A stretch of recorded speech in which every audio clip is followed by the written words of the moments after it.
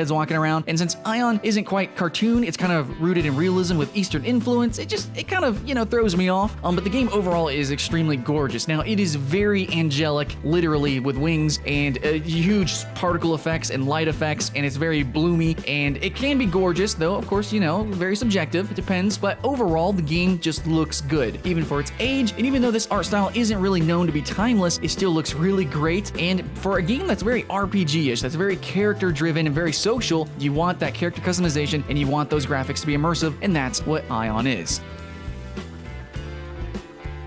Next up, we have a new game called Revelation Online. It makes sense for a new MMORPG, especially one so heavily influenced by a couple of games on this list, and also just wushu in general, Eastern art influence, very painterly itself. Yeah, Revelation Online, of course, should be on the contender on this list at least, so I put it pretty high up. I know a lot of you guys don't have access to it. I don't even have permanent access to it, but the game just looks good. Now, some of its effects definitely feel very restrained, probably because it's meant for massive PvP. Some effects have their FPS limited, stuff like that. But all in all, considering the genre and what it's aiming to do, and yes, even considering its competitors, it absolutely deserves to be on this list. Revelation Online. I'm sure you guys have seen the cinematics, the gameplay already. I know you guys are hyped for it. Of course, had to put it halfway on the list.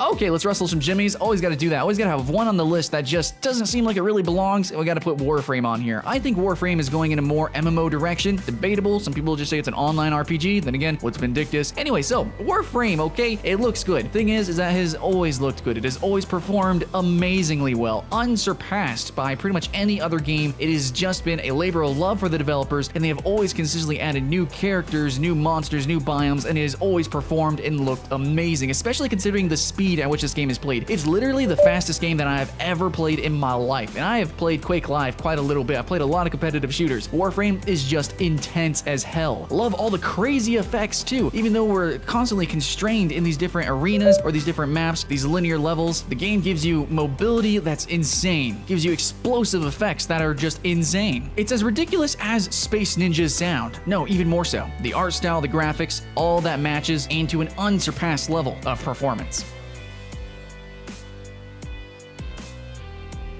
Okay, let's talk about Bless Online, another new game. Now, Bless is going to go for a more traditional route. In fact, it reminds me a lot of something like Final Fantasy XIV, kind of Guild Wars-y. It's like, yeah, there's definitely some roots in realism, but it's also just like a little bit more fantastic. Then again, not crazy cartoon like WildStar. So, somewhere more in a unique blend of genres, and I really appreciate that. I think a lot of people are going to have a lot of fun with Bless Online just, for what it is. It's a new hype MMO. Of course, we're going to have fun, so it's going to go on this list. It's a new MMO. But I think what Bless Online is really bringing to the table is that it's taking us away from the dungeons and those small arenas, those small instance areas, and it's bringing more life, more width, more depth. Flying around on dragons and shit like that, basically. We're seeing a lot more of the world at any one time, and Bless Online looks great while doing so.